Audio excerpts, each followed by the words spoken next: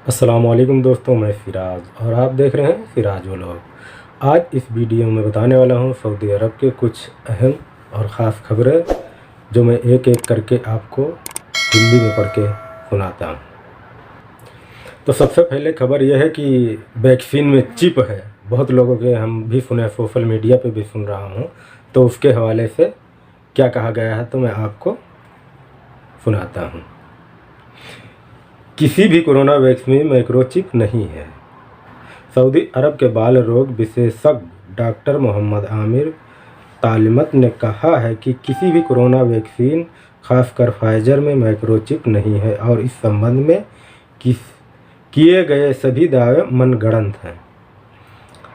MBC कार्यक्रम में बोलते हुए उन्होंने कहा कि एक खास लंबी कोरोना वैक्सीन को लेकर मनगढ़ंत दावे कर रही है। ये दावे सही नहीं हैं।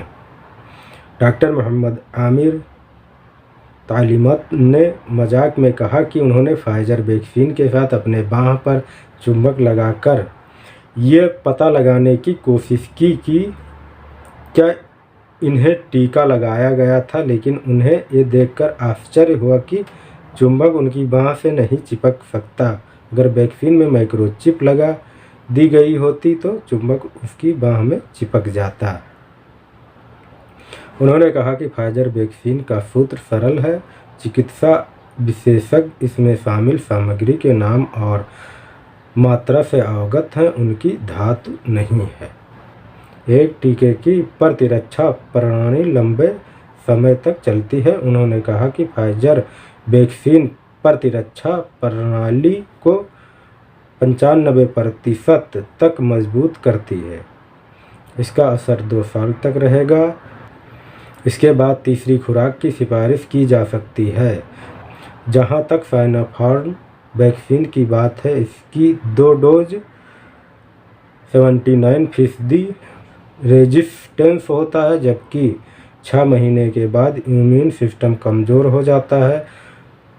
प्रतिरक्षा प्रणाली कमज़ोर होने की तीसरी खुराक की सिफारिश की जाती है। डॉक्टर मोहम्मद आमिर का कहना है कि एक टीके की पहली खुराक लेने के बाद दूसरे टीके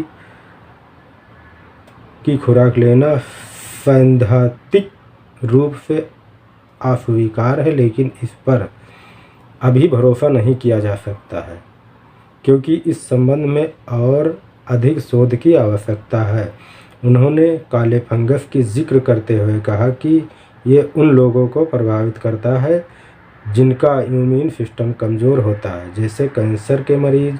इन दिनों ये भारत में प्रचलित है और ये नाक और मस्तिष्क नलिकाओं पर हमला करता है। काला फंगस समय से पहले बच्चों को पाचन तंत्र पर भी हमला करता है और फेफड़ों या त्वचा को प्रभावित करता है।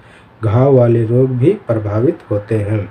तो एक खबर ये थी जो लोगों के मन में ये कि इसमें माइक्रोचिप लगा है या कुछ लगा है। बहुत सारे हमने इस पे सोशल मीडिया पर देखे हैं, तो ऐसा कुछ नहीं है। ये यहाँ के बाल रोग विशेषज्ञ डॉक्टर मोहम्मद आमिर ने कही है बात। तो एक खबर ये थी। एक खबर यही वैक्सीन के हवाले से है कि एक खुराक लेने से कोरोना से बचाव नहीं किया जा सकता है, दूसरी खुराक ज़रूर लेनी चाहिए। कोरोना से बचाव वैक्सीन की एक खुराक काफ़ी नहीं है।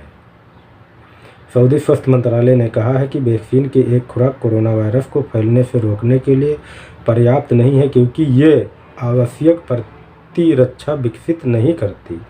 अरब न्यूज़ के मुताबिक सऊदी मंत्रालय ने नागरिकों को वैक्सीन के दूसरी खुराक लेने का आग्रह किया है। मंत्रालय का यह बयान दूसरे खुराक के महत्व के बारे में एक सवाल के बारे में आया है कि स्वास्थ्य अधिकारियों के अनुसार देश में 4 स्वीकृत टीके हैं: AstraZeneca, Pfizer, Johnson and Johnson और मॉडर्न। यदि कोई अन्य वैक्सीन स्वीकृत है तो समय पर आधिकारिक तौर पर इसकी घोषणा की जाएगी।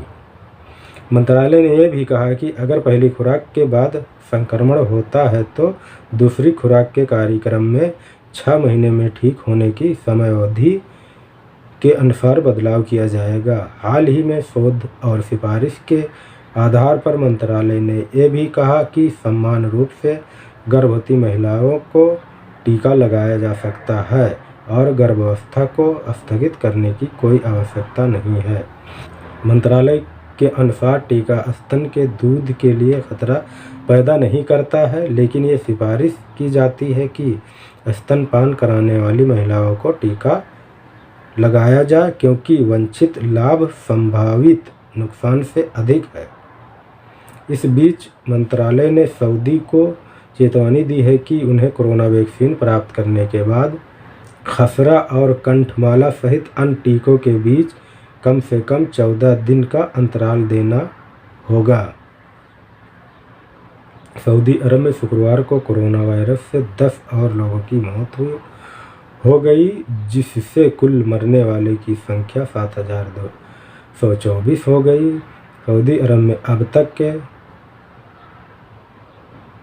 183.7 मिलियन से अधिक PCR परीक्षण किए गए हैं, जिनमें से 81,678 पिछले 24 घंटे में किए गए हैं। स्वास्थ्य मंत्रालय द्वारा देश में स्थापित किए गए परीक्षण और उपचार केंद्र में प्रकोप के बाद से लाखों लोगों को मदद की है। इन परीक्षण केंद्रों में टैकार्ड केंद्र और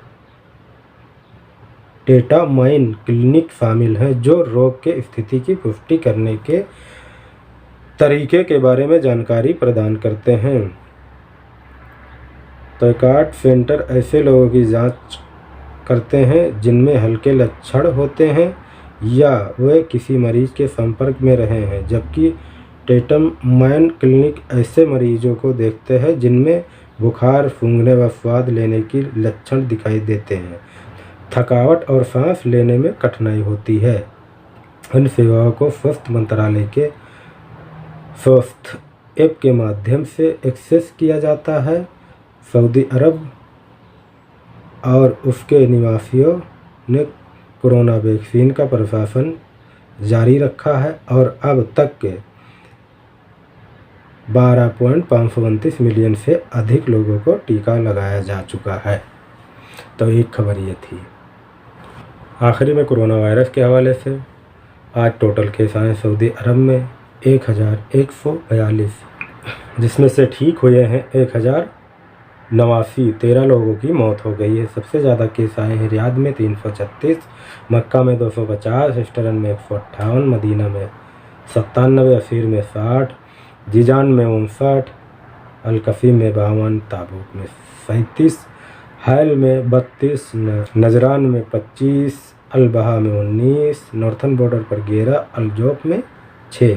जो टोटल केस हो गए हैं सऊदी अरब के वो हो गए हैं 4,39,837। जो टोटल ठीक हुए हैं वो है 4,23,795 और जो टोटल मौत हुई हैं वो है 7,237।